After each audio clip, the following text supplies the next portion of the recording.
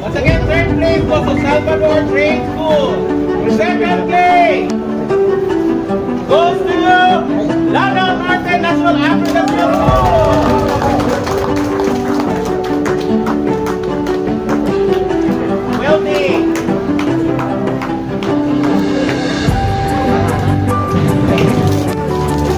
First place for the champion for welding from Regional Training Center.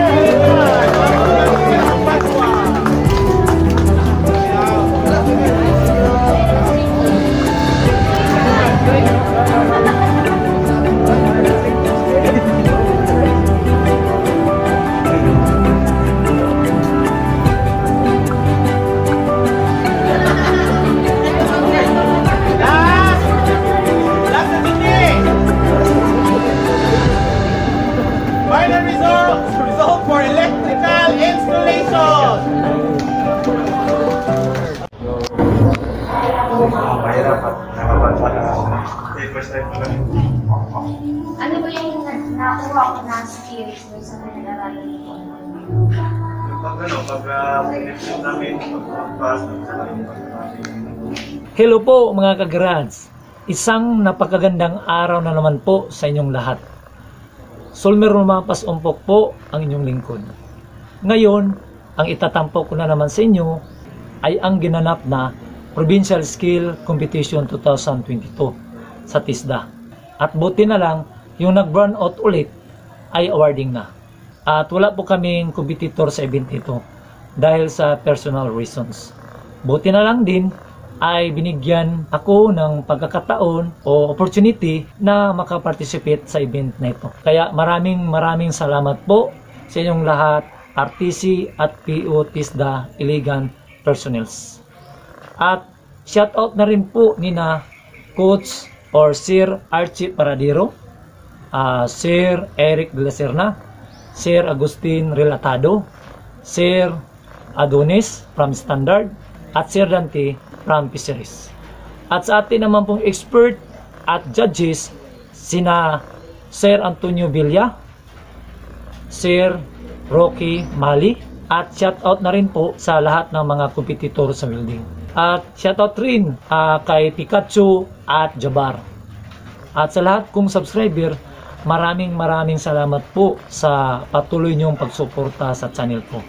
At sa mga baguhan po sa channel ko, huwag niyo pong kalimutan mag-like, share, subscribe, at click yung notification bell para updated kayo sa mga panibago kong video. Tara, panoorin natin yung event pagkatapos ng intro.